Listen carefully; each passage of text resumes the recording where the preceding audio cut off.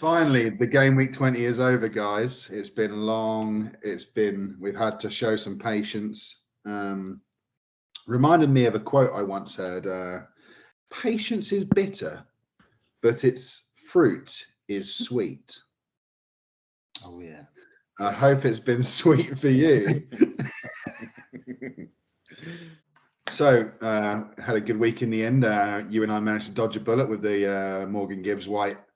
Yeah, we was really contemplating going down that route, and it would have bitten us in the arse, right? Absolutely. That would have been a terrible decision. Dream Team gods would have had us. Well, he was short-term. He was the short-term option. I went from the long-term choice instead and put Diaz in, and he's done all right. So let's move on to top striker options. Hey, Ross? It's not hard to point out who's done the best over the last week. Pedro, consistent, 8.3 for the last 3 game weeks. 7 points on his last outing, even though he didn't really have to do much to get those points. He gets a lot of shots off. Probably the number 1 striker for Brighton. Alvarez still doing pretty well for Man City. Haaland on the cusp of coming back, but still, he's still there and thereabouts, and he's still starting up front for Man City while Haaland's on the comeback trail. Watkins continues to disappoint.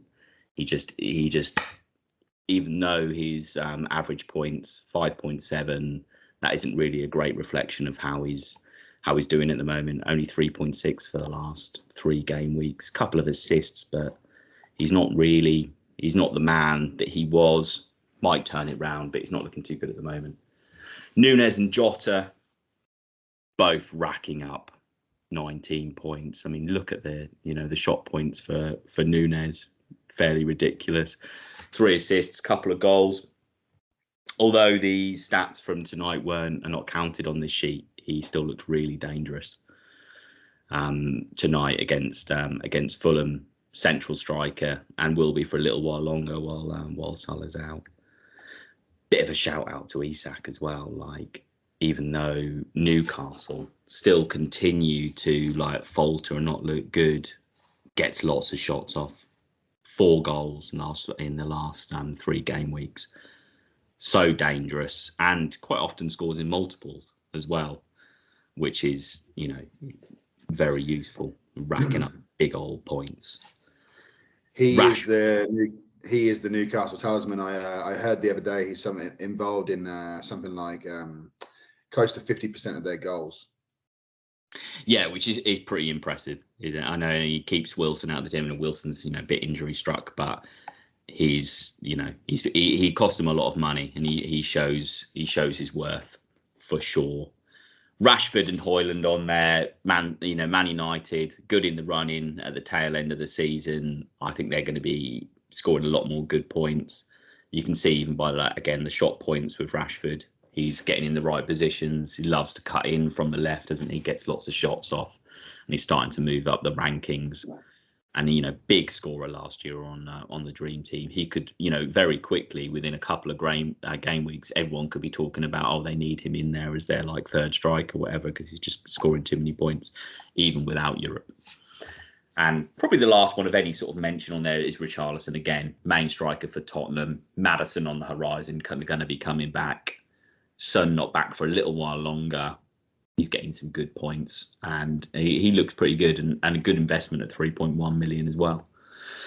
So other options that we've got, a few wild cards in here, not the most amazing. There isn't, outside those top 15, you could argue a scrape in the barrel, but Tony, probably not great for this week. Only one game coming up for Tony, but he looked mighty impressive in his single game, and he's only, obviously it shows an average of 3 points for last 3 game weeks. That's literally one game.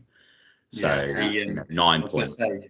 He scored obviously, and he got booked, so you would have got pretty good odds on that, wouldn't you? Pretty good odds indeed. Well, I think Uncle Brian had a bet builder, didn't he? And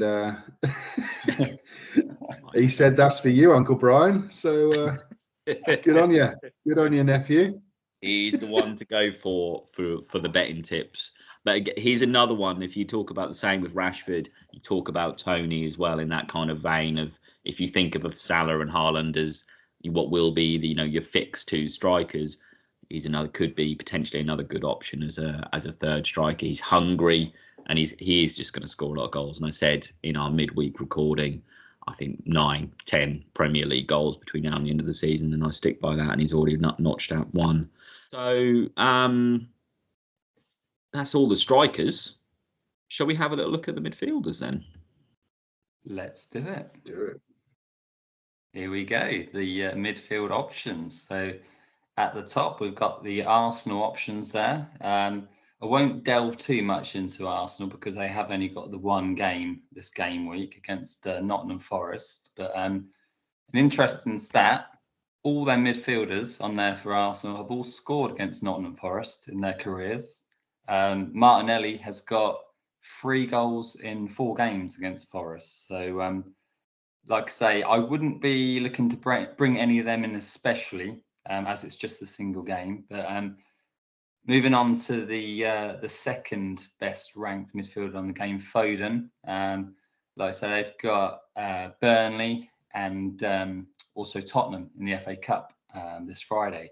So Foden's got a solid record against them two. He's scored against them a couple of times.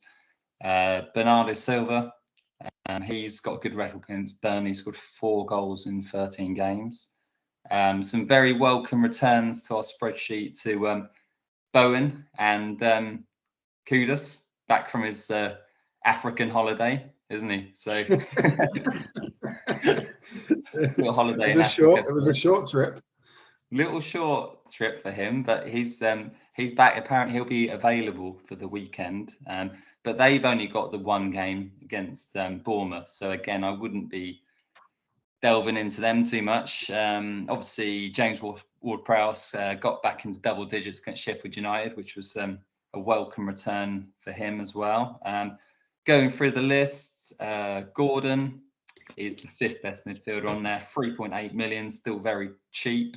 They have got Villa and Fulham in the game week, and he's never scored against them, so I'm not overly keen on him at the moment. But also looking down a bit further, a bit of a different choice to the obvious. I'm looking at Fernandez, who's got Newport in the FA Cup, and also they have got as well Wolves in this game week. So two away games for them, but you got to remember he was the best midfielder on the game last year, and he's 11th overall at the moment. So you can just imagine his weasel little face popping up when getting a goal, can't you? The rat that he is. But he does like a penalty, doesn't he? So you can see that kind of thing happening. Gross as well. He's got some nice fixtures on paper. He's got Luton and Sheffield United there, and 7th best midfielder on the game at the moment. He's just a good all-round package, isn't he, Gross? And we've got to talk about that man underneath him there, the old Palmer. He looks the old Green Ranger there. Look at him, 18 points per game week. So he's made 2 of us very happy this week, Rob. Yeah. I was one of them ones who didn't have him in, and he's come back to punish me.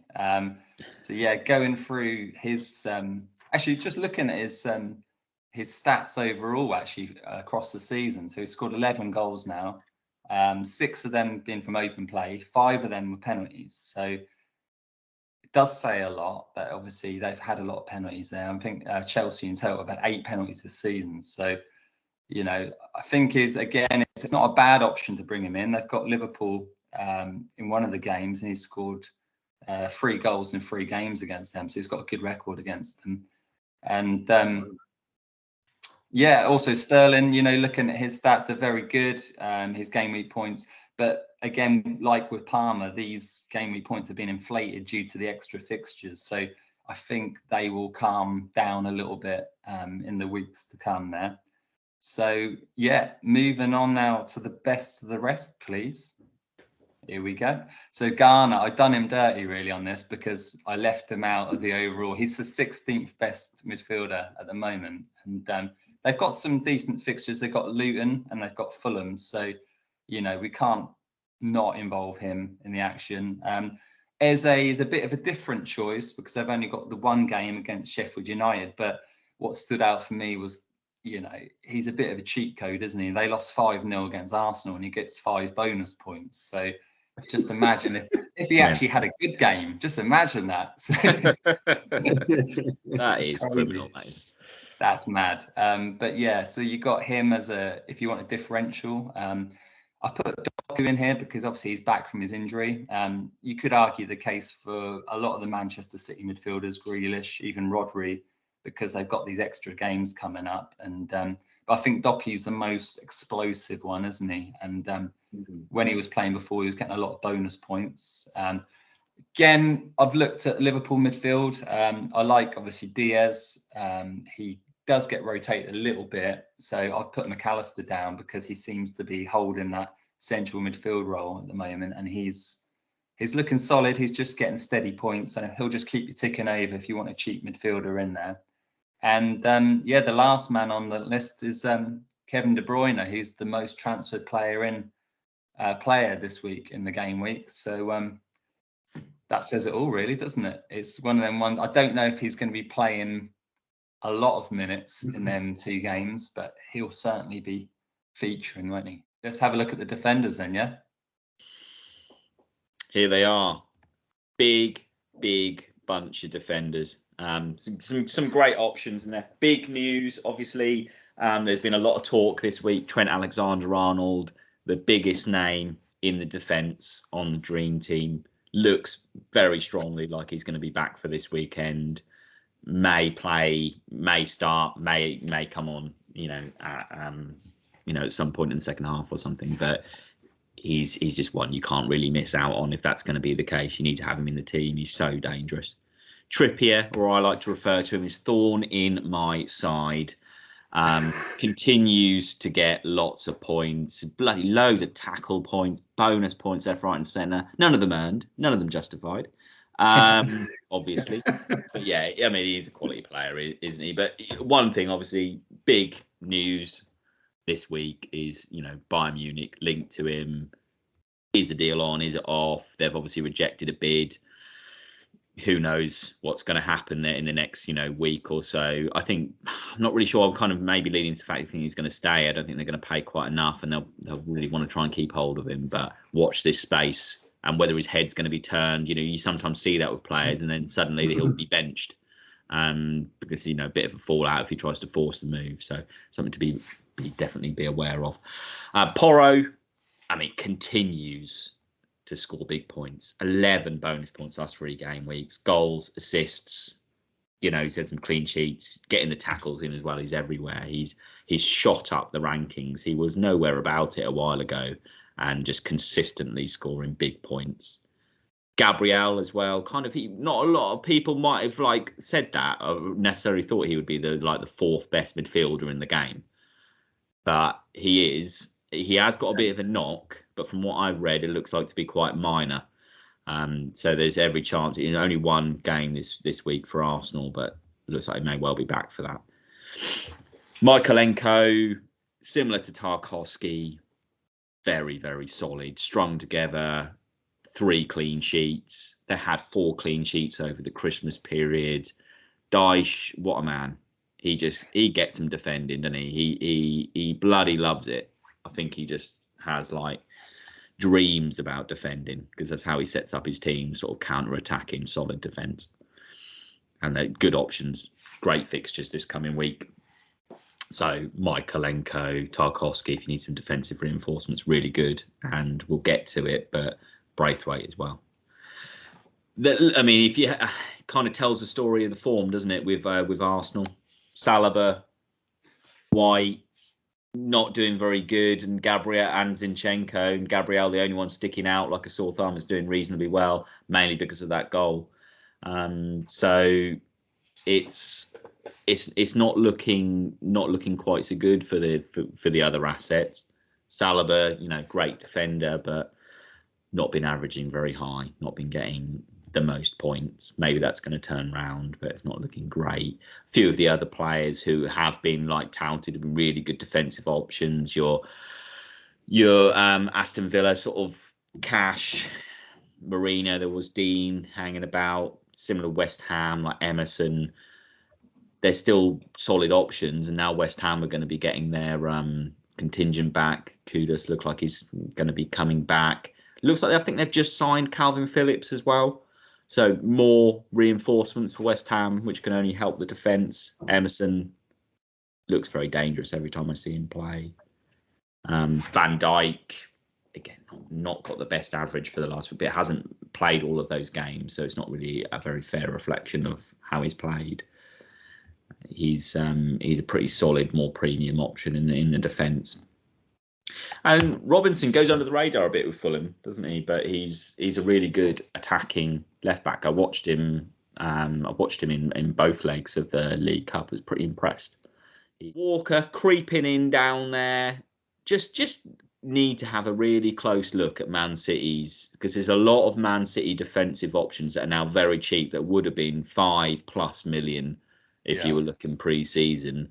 Now they're down in the threes, the mid threes. You need to have a really close look at the Man City defensive options, because if they string together and they start to look a little bit more solid, they've got very, very good fixtures coming up in February, and it could be something to think of when it comes to that, because I feel like they can only do better defensively, surely.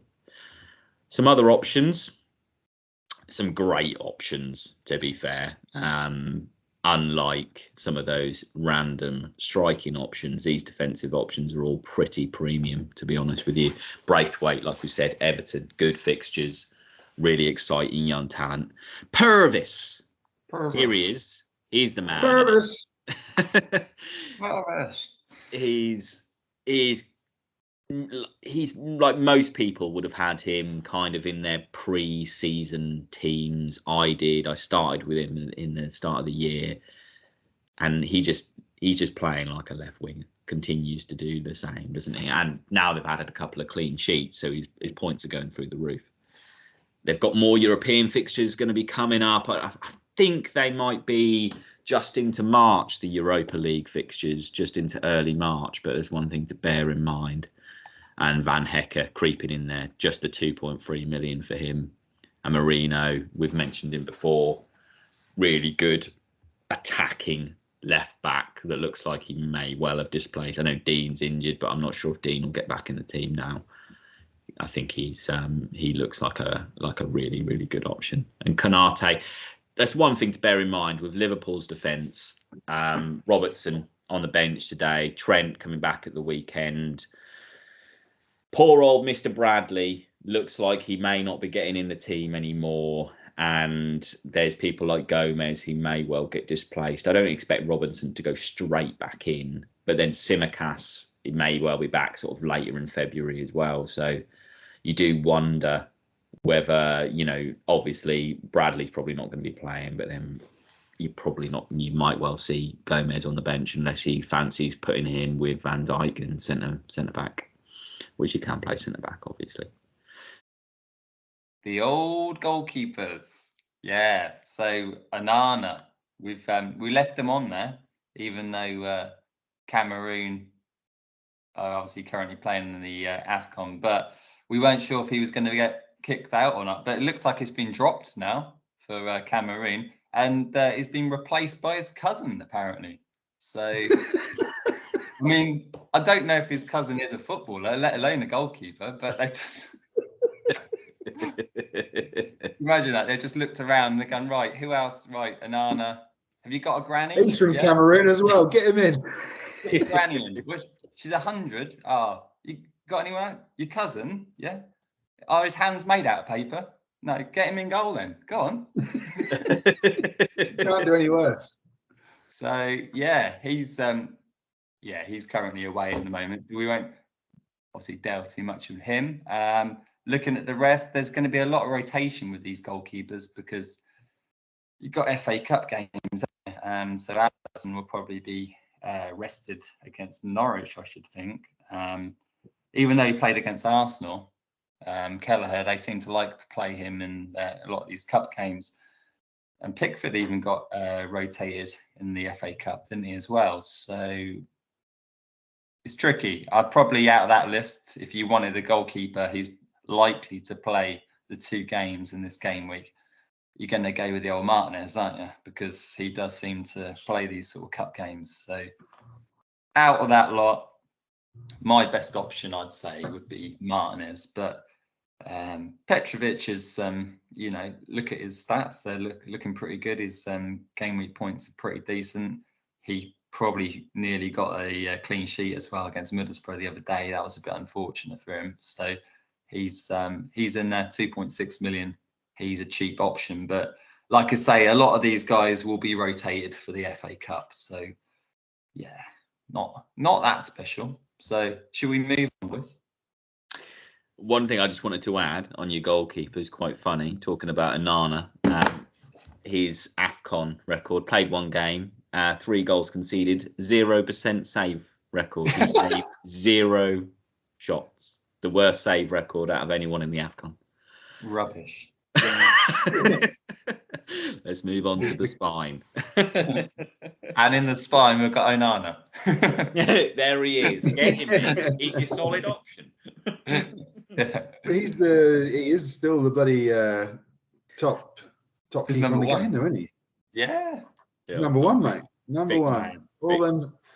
If you keep parrying shots into your 6-yard box, you keep making more saves. So yeah, I think that's what he's going for, isn't he? So spine. Now a few additions to the spine. Some may agree, may not. Bowen is a very, very dangerous man not to own, and he is back. Had a bit of a minor knock, and he was out for a few games. That he's back, and he didn't get many points when he did play like pretty much the whole game. So he's back in there. Foden consistent. Saka, it's a tricky one with Arsenal's form, isn't it?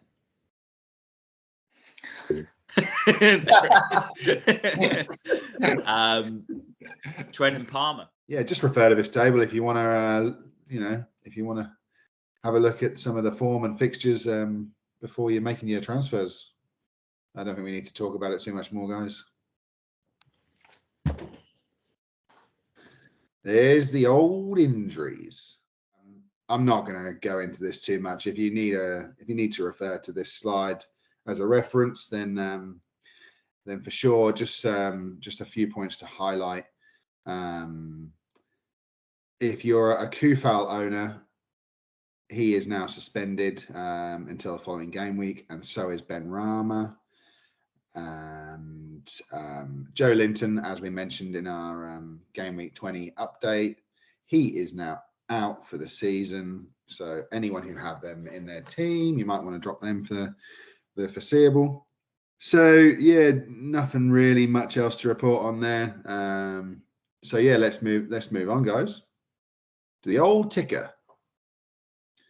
So City are now jumped to the top of the league on the fixture ticker. So they got Burnley at home, Tottenham away, Game Week 21 fixtures, and then on to Brentford away, nice fixture. Everton at home and Copenhagen away, another double in 23. 24 season with another double, Chelsea at home and Brentford at home, and then Bournemouth away in 25. Now, if that isn't enough of a reason to start drafting them City players into your team, then I've got no other reasons to give you. So Brighton as well. It's a sea of green for Brighton. Just like my old mate from Dereham.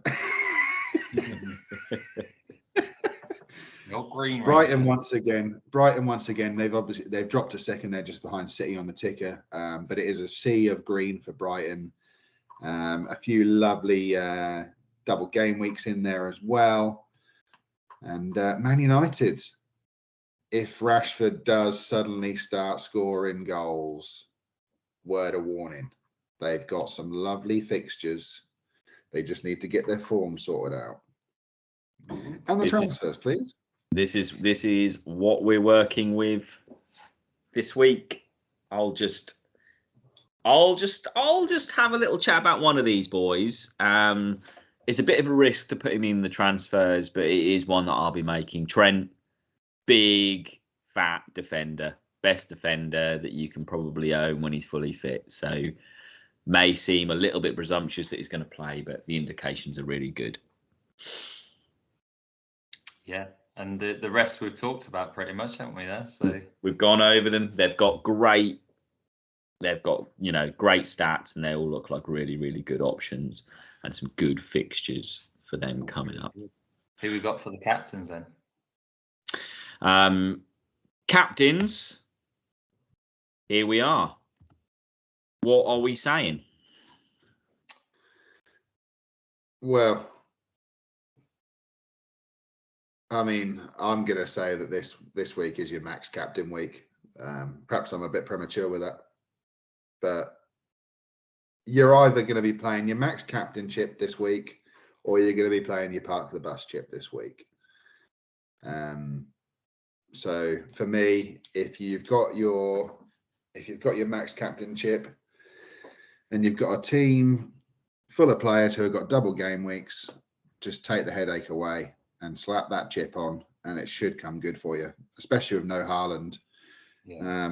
So he can't bite you in the ass because you've not backed him, because that's what's happened to a few of us already who have played the chip this season. Good shout, mate. Good shout. Like it. Yeah, good shout. It's very, very tricky. All of these, like these three captain options, you could have picked another 5 or 6 really. But the ones that you have got on there, Pedro, great fixtures, going to play up front. He will get points, decent points. Nunes, even when he doesn't score, he's going to be getting good points. But you just don't know who's going to pop up. Double game week, and all of a sudden, bloody Trippier comes in with bloody 50 points or something, knowing my luck. So, yeah, that'll probably be what'll happen. So, yeah, just Captain Trippier, to be honest with you. That's what you should do. So, fuck it. Fuck what you said. Toys out the pram. Mr. Ford in your side.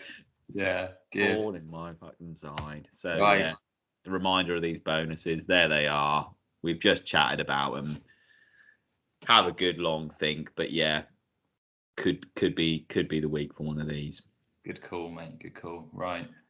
I got some final thoughts for you guys. The thoughts that have been going through my mind like an old hamster on a wheel this week.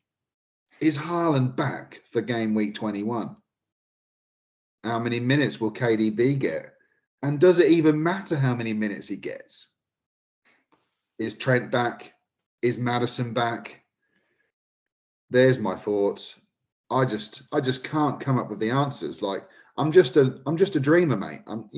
That's all I am. So I can't give you the answers. I can just present you with the facts and the figures. All right.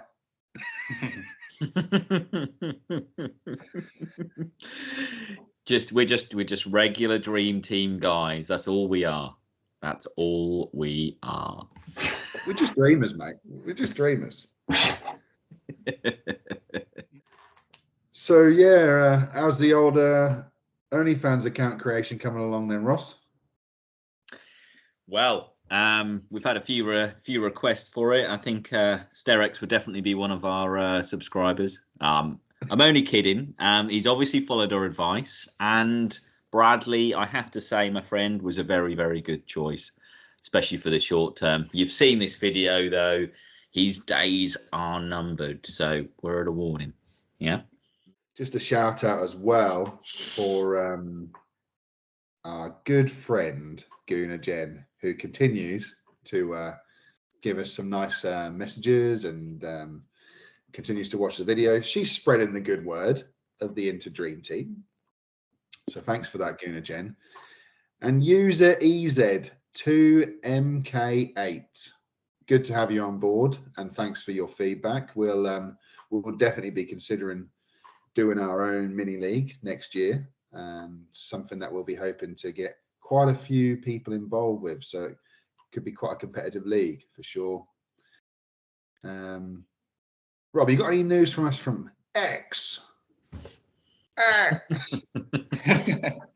Yes, Kyle on X, he was pretty happy with Martinelli's 21-minute, 14-point Hull at the weekend, as was I, because I had him in my team as well. So, yeah, another happy InterDreamTeam fan. So, always good to hear. All right, guys. Well, that's enough from me. So once again, we'll wish you a good weekend, and may the points be with you.